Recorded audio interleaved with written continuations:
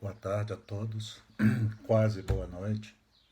Que a paz de Jesus seja com todos nós, com vocês também. A pedido da nossa companheira Regiane, nós estamos aqui tentando gravar o estudo das epístolas, que são as epístolas do Novo Testamento, tendo como palco principal Paulo de Tarso, Saulo. E seria interessante nós conversarmos um pouquinho a respeito dessa personalidade importante do cristianismo. Quer dizer, o Carl Bachuta, no seu livro Parábolas e Ensinos de Jesus, na página 398, ele comenta que o Paulo é o mais belo rebento da árvore do cristianismo. Dentre todos os grandes da fé que se distinguiram pela sua dedicação e amor à causa de Jesus, Paulo é o espírito cuja luz ultrapassa todos os anseios da caridade, é a sabedoria que excede a todas as ciências e o prodígio de todos os prodígios. É a coragem, a energia que afronta todas as grandezas, é o gênio inigualável de todos os tempos. Só se sabe de um espírito que a humanidade reverencia, admira e adora, que está numa esfera superior ao do apóstolo das gentes, nosso Senhor Jesus Cristo. Então, por aí vocês têm uma noção da importância dessa criatura. Então, ele era dotado de um grande saber, iluminado por uma inteligência singular, revestido por um critério extraordinário. Como é conhecido o mestre dos gentios, teve a felicidade invejável de ser convertido à verdade pelo Espírito de Jesus Cristo pessoalmente, que fez dele o seu vaso de honra para que levasse aos gentios a palavra da redenção. A conversão de Paulo é o fato mais culminante da história do cristianismo. O brado de Damasco, como é conhecido também, o brado da imortalidade. Saulo, Saulo, eu sou Jesus. É difícil contra o espinho que acorça o nosso corpo, mas é o brado da imortalidade e comunhão espírita que se repete hoje pelo mundo afora, clamando às criaturas humanas ao caminho, à verdade, à vida. Imaginem, pessoalmente, todos os discípulos de Jesus receberam o ensino oral da divina doutrina durante a encarnação do Messias. Só Paulo o recebeu depois da desencarnação do Nazareno. Todos presenciaram, testemunharam 1000 prodígios que o embaixador de Deus produzira como prova de sua missão. Somente Paulo foi testemunha de um prodígio que o fez encarar sem medo, enfrentar todas as ameaças, todos os perigos, toda a perseguição, a aparição do Filho de Deus. Ele apareceu e a sua luz o contagiou. Todos receberam conselhos, dádivas, promessas. Ora era o pedaço de pão, ora era o vinho, o peixe, eram os milagres, era o conteúdo doutrinário da mensagem que ele trazia, era o auxílio pecuniário que se refere ao dinheiro. Porém, Paulo recebeu o próprio Espírito do Mestre que o assistia, que o acompanhava, como Elias repousava sobre Eliseu. Por isso ele foi o maior de todos. Por isso ele é o maior de todos. Já não sou mais eu quem vive, mas o Cristo que vive em mim. Já não sou mais eu quem fala e quem age, mas o Cristo é que fala e age em mim, dizia o grande missionário. Paulo, ele é considerado primus inter pares, em latim, quer dizer, primeiro entre iguais. dos porta-vozes do cristianismo. Seu desapego às coisas mundanas, às glórias, aos vis interesses terrenos, realçam-se de modo frisante, ou seja, de uma maneira agradável e equilibrada, nas páginas do Novo Testamento. E ele declarava: nunca fui pesado a quem quer que seja, para minha subsistência e para auxiliar os que me são próximos, estes braços me serviram.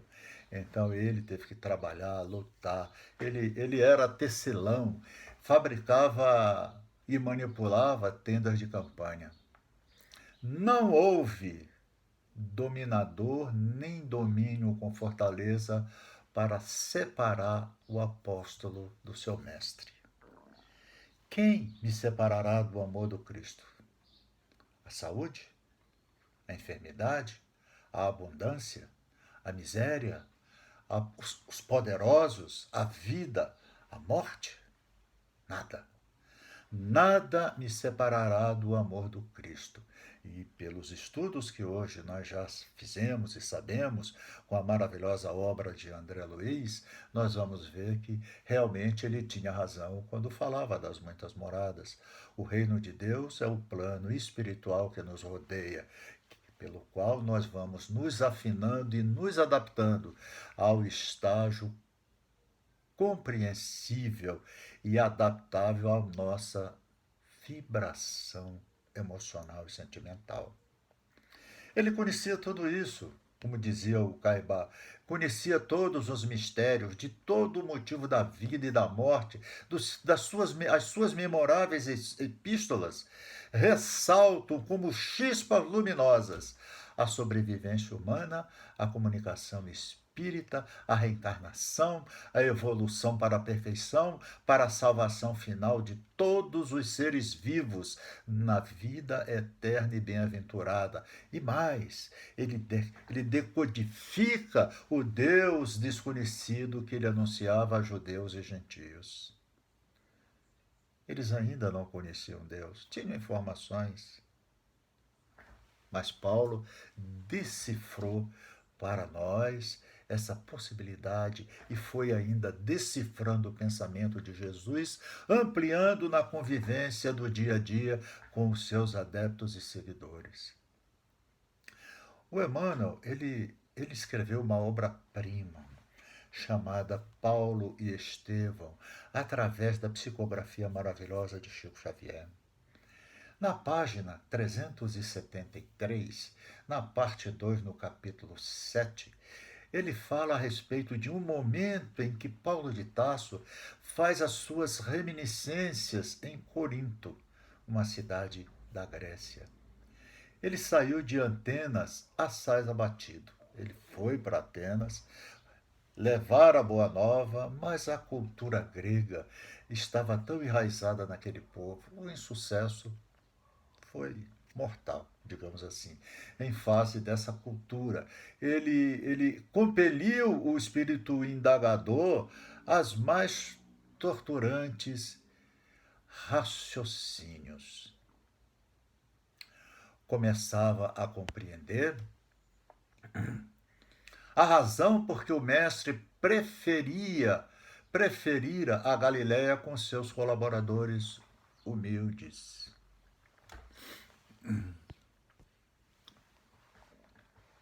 E simples de coração.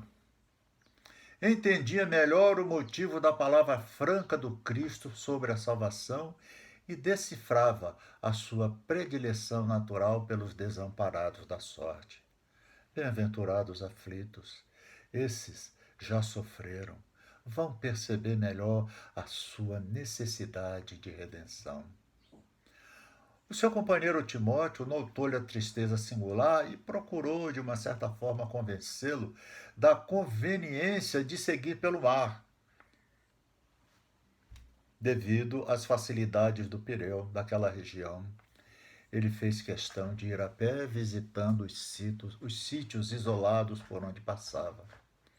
Desejoso de reintegrar-se na serenidade de suas realizações ativas, esquecendo a frieza ateniense, Paulo fomentou a ideia, o projeto da fundação de uma igreja em Corinto, de uma comunidade.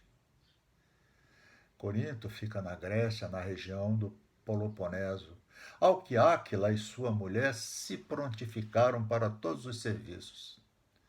Aceitando o oferecimento generoso, o ex-rabino passou a residir em suas companhias, ocupando-se diariamente do seu ofício.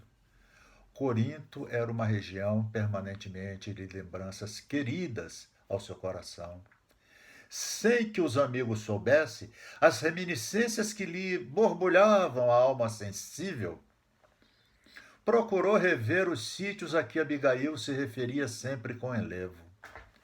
Abigail, como nós sabemos, seria sua futura esposa, irmã do Estevão.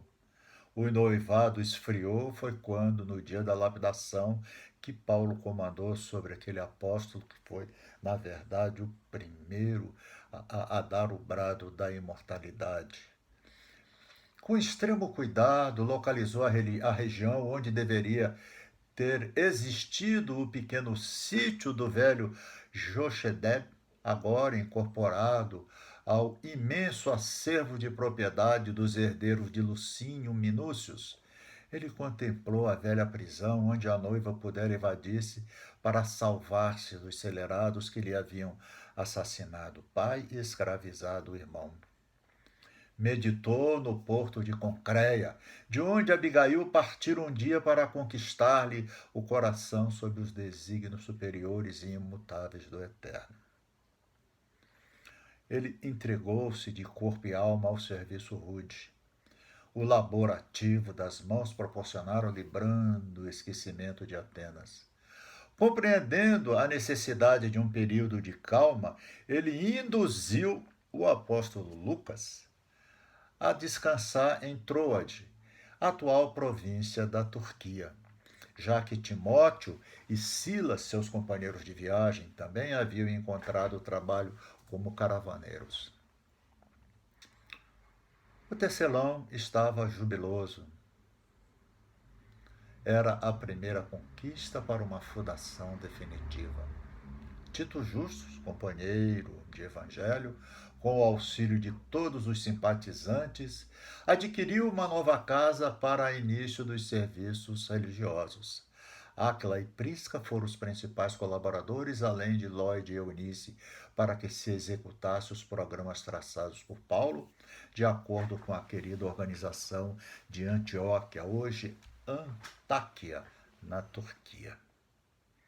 A igreja de Corinto começou então a produzir os frutos mais doces de espiritualidade. A cidade era famosa por sua devassidão. Mas o apóstolo costumava dizer que dos pântanos nasciam muitas vezes os lírios mais belos. E como onde há muito pecado, há muito remorso, muito sofrimento em identidade de circunstância. A comunidade cresceu, não é? Porque onde existe sofrimento é lá que o hospital tem que estar, né? E dia a dia reunindo os eventos, os crentes mais diversos que chegavam ansiosos por abandonar aquela Babilônia incendiada pelos vícios, que mais ou menos é uma ideia do que nós estamos passando hoje em dia em função dessa pandemia. Com a presença de Paulo, a igreja de Corinto adquirira singular importância e quase diariamente chegavam emissários das regiões mais afastadas. Eram portadores da Galácia a pedirem providências para igrejas da Psídia, companheiros de Icônio, de Listra, de Tessalônica, de Chipre, de Jerusalém. Em torno do apóstolo formou-se um pequeno colégio de seguidores, de companheiros permanentes que com ele cooperavam nos mínimos trabalhos. Paulo, entretanto, preocupava-se intensamente. Os assuntos eram tão urgentes quanto variados. Não podia esquecer o trabalho de sua manutenção. Assumira compromissos pesados com os irmãos de Corinto. Devia estar atento à coleta destinada a Jerusalém. não podia desprezar as comunidades anteriormente fundadas. Aos poucos, compreendendo que não bastava enviar emissários. Olha a sua situação. Os pedidos surgiam de todos os lados, de todos os sítios, de todas as igrejas, por onde perambulara levando alviçaras da Boa Nova. Os irmãos, carinhosos e confiantes, contavam com a sua sinceridade e dedicação, compelindo-o a lutar intensamente. Sentindo-se incapaz de atender a todas as necessidades ao mesmo tempo, o abnegado discípulo do Evangelho, valendo-se um dia do silêncio da noite, quando a igreja se encontrava desativada, rogou a Jesus com lágrimas nos olhos que não lhe faltasse com os socorros necessários ao cumprimento integral da tarefa. Terminada a oração, sentiu-se envolvido em branda claridade.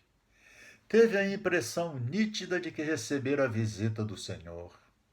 Genuflexo, ainda, experimentando indizível comoção, ouviu uma advertência serena e carinhosa.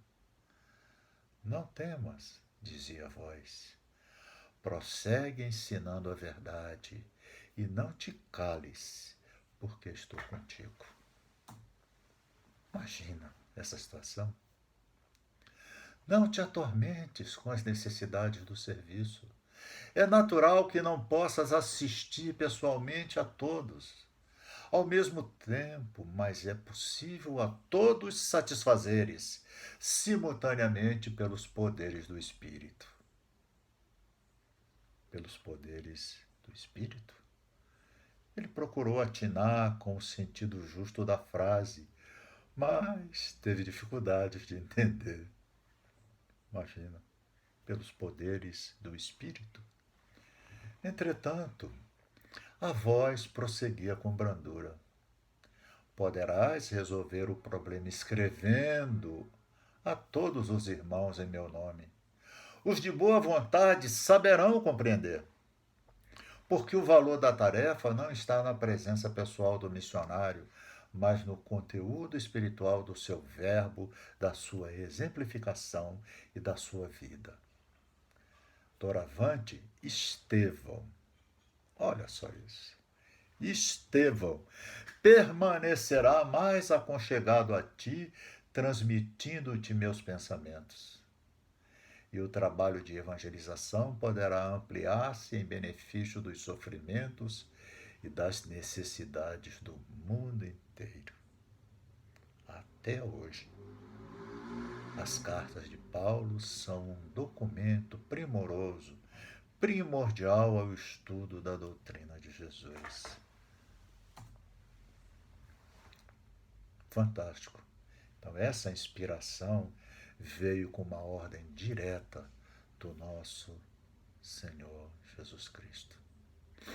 As epístolas do Novo Testamento é composto pelos 4 evangelhos, também pelos Atos dos Apóstolos, atribuído a João, a Escritura incluído, pelo livro profético do Apocalipse, também de João Evangelista, e pelo conjunto das epístolas. As epístolas são cartas que foram escritas por alguns dos apóstolos e seguidores de Jesus, destinadas aos cristãos. São 21 cartas no total. 14 de Paulo, 2 de Pedro, 3 de João, 1 de Judas Tadeu e 1 de Tiago. Acredita-se que seja Tiago o menor. Das 14 cartas de Paulo, 10 foram dirigidas às comunidades específicas por ele fundadas. 3 delas, 3 epístolas chamadas pastorais, foram escritas a Timóteo. Foram escritas a Timóteo 2 e a Tito 1. E há ainda uma carta pessoal endereçada a Filemão.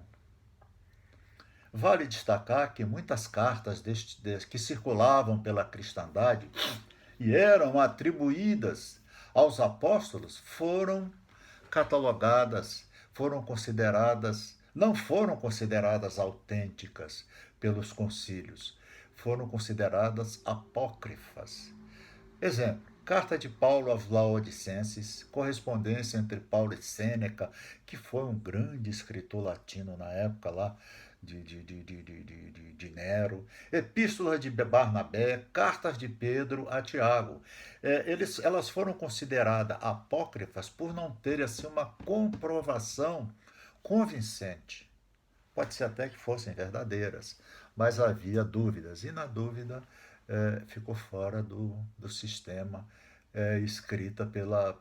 prescrita pelos concílios e posteriormente adotado pela Igreja Católica. Ele tinha, o Paulo, uma terna solicitude em todos os núcleos cristãos. O seu ardor missionário, o intérprete, o trabalhador, após verificar que as sementes do Evangelho já haviam germinado em terra fértil, partira em demanda a outras terras, como dizia ele, para desbravar caminhos e ensolarar corações para os benefícios da Boa Nova.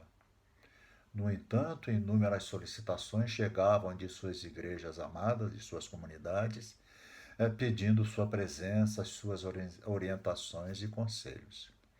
Importante ressaltar que Paulo, em seus escritos, refere-se constantemente a essas igrejas cristãs. Então, quando se utiliza a palavra igreja, em verdade estava designando as diversas comunidades cristãs que haviam se formado. Quer dizer, hoje em dia seriam entidades ou associações espíritas que se formam para estudar a doutrina de Jesus na sua pureza substancial. E ele, então, ficava preocupado, é evidente. Embora destinados às igrejas específicas, seu conteúdo das cartas dirigem-se aos cristãos de todos os tempos. As epístolas constituem tratados teológicos. Na realidade, são escritos que respondem às situações das necessidades diárias das igrejas. No entanto, ao lado das respostas às situações específicas, em todas abordava o seguinte tema. Olha só a abordagem. A imortalidade da alma, comprovada pela ressurreição do Espírito de Jesus, não do corpo. A lei do amor, revelada pelo Mestre como caminho para Deus, e a necessidade da renovação interior como condição essencial para seguir os passos de Jesus. Nós temos que adaptar o nosso espírito ao reino de Deus, ao plano espiritual superior.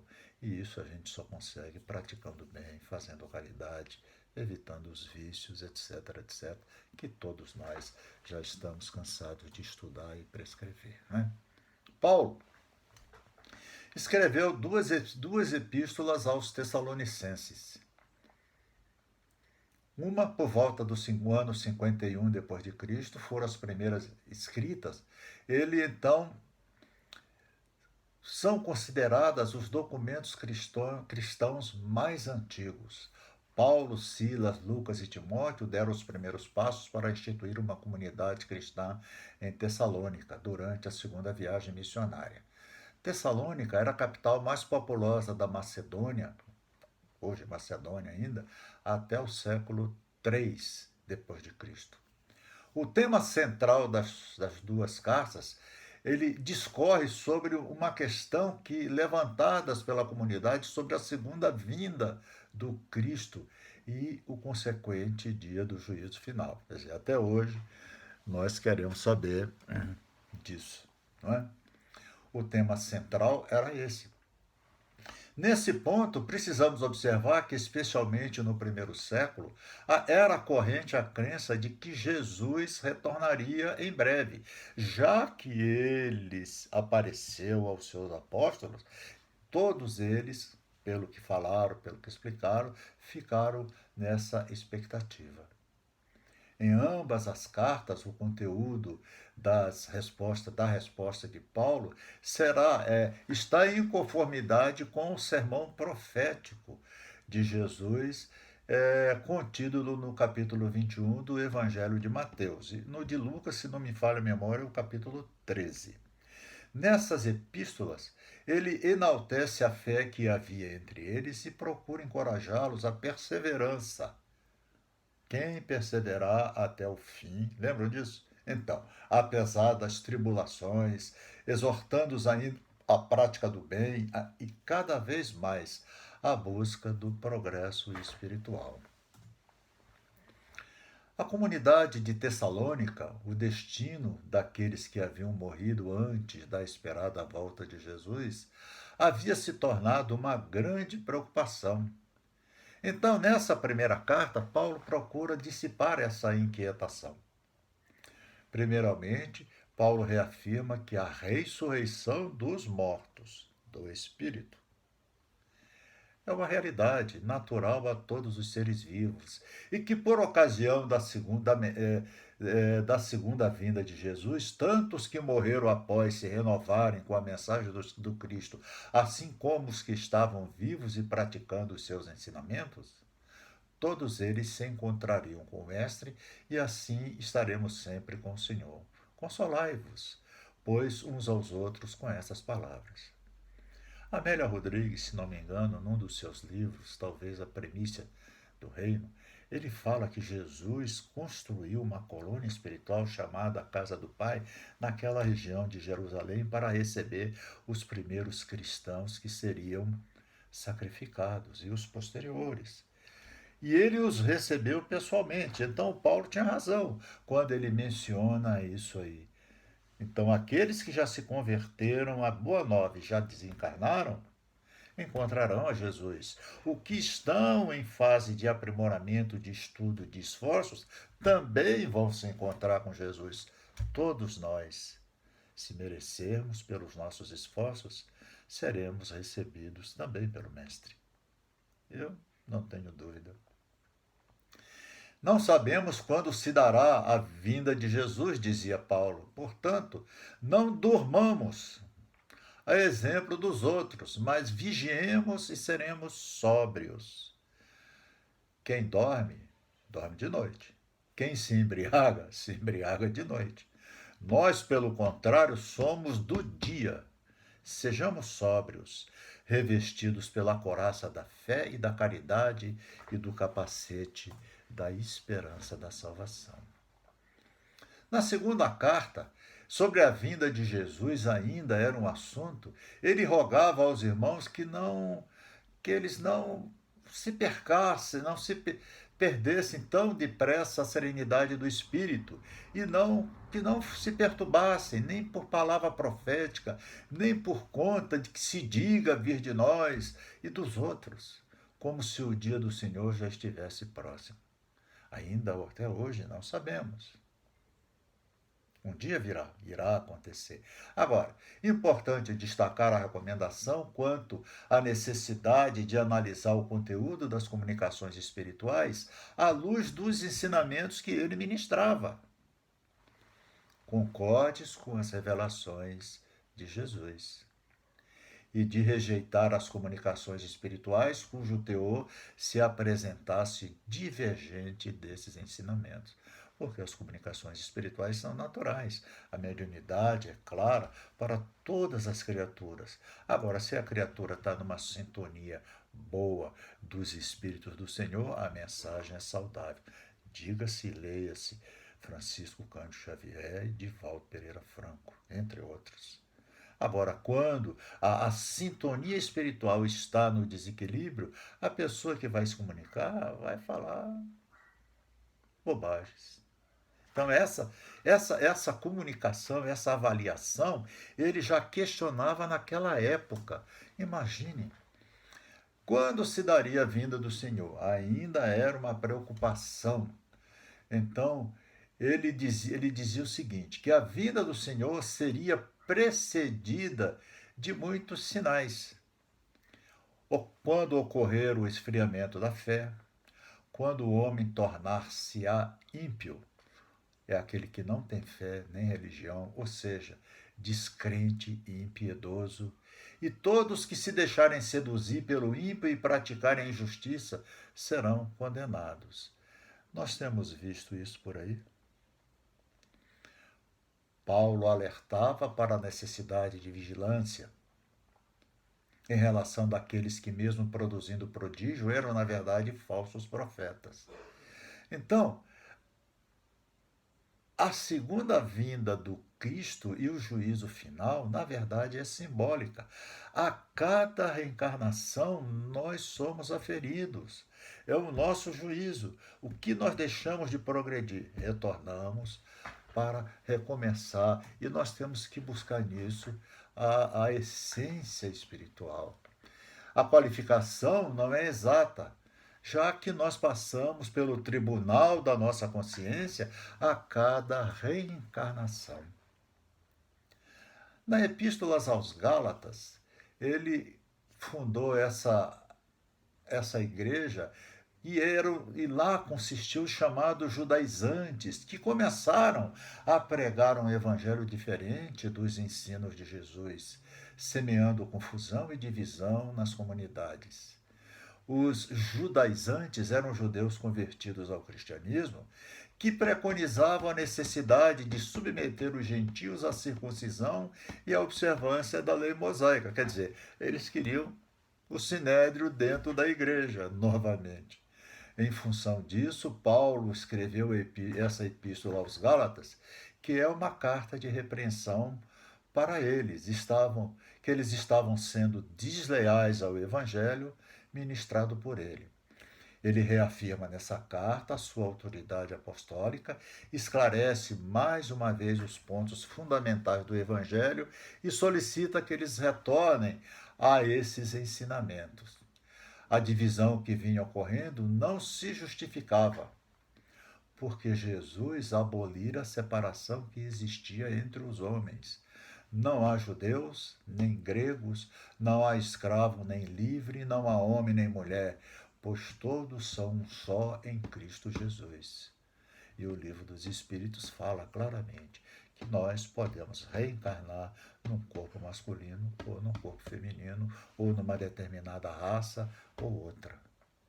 Jesus revelou que o plano de redenção, plano da salvação, é para todos os seres humanos, pois Deus não faz distinção entre as pessoas. Ele recomendava que era necessário libertar-se das crenças antigas, sobretudo a crença de que simplesmente o cumprimento dos rituais exteriores pode conduzir o homem a Deus. E a gente sabe hoje em dia que não é verdade. Então ele fala, pois toda a lei está contida em uma só frase: amarás o teu próximo a ti mesmo.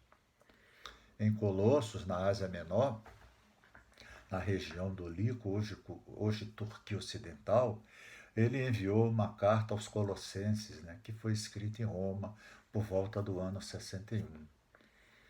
Ela não foi fundada por Paulo, essa comunidade, mas graças ao esforço de Epáfras e de seus colaboradores. Essa carta foi escrita em resposta a essa necessidade de orientação, à perturbação que provinha, mais uma vez, dos falsos doutores, dos judaizantes, que nesse caso estavam misturando a lei mosaica ao evangelho, numa série de crenças originadas ao paganismo, como o culto dos anjos, as forças cósmicas, a observância concernente ao calendário com relação à data de festas, de luas novas e também sobre regras alimentares.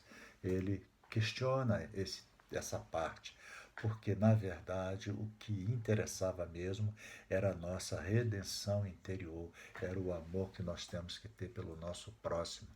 E na epístola de Filemão ele fala sobre Onésimo, que era um companheiro que muito ajudou. Mas Onésimo era escravo do Filemão e ele pedia nessa carta que Filemão o libertasse para que ele seguisse a sua tarefa espiritual.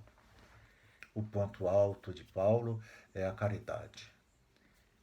Ainda quando eu falasse todas as línguas dos homens e não tiver caridade, serei como bronze que soa e um símbolo que retine. Ainda quando tivesse o dom da profecia, que penetrasse todos os mistérios e tivesse perfeita ciência de todas as coisas, ainda quando tivesse toda a fé possível, até o ponto de transportar montanhas, se não tivermos caridade pelo nosso próximo, nada somos. Então, ele ressalta que nós podemos ultrapassar a história comum. E diante da caridade, nós vemos gigantes que se destacaram, muitos deles, e vamos destacar aqui o Chico Xavier, Divaldo Pereira Franco, nós temos também a Madre Teresa de Calcutá, que na Idade Média foi uma criatura que lutou pelo bem das criaturas. Então, era Jesus que dizia que o menor na terra é o maior no reino de Deus. Mas o fato é que sem a caridade nós não conseguimos andar de mão dadas com a espiritualidade superior. Muito obrigado a todos. Eu espero que esse material possa servir de ajuda, de estímulo a todos os trabalhos que vocês pensam ou desejam realizar em nome do nosso Senhor Jesus Cristo. Uma boa noite a todos. Muito obrigado pela oportunidade. Que Deus os abençoe.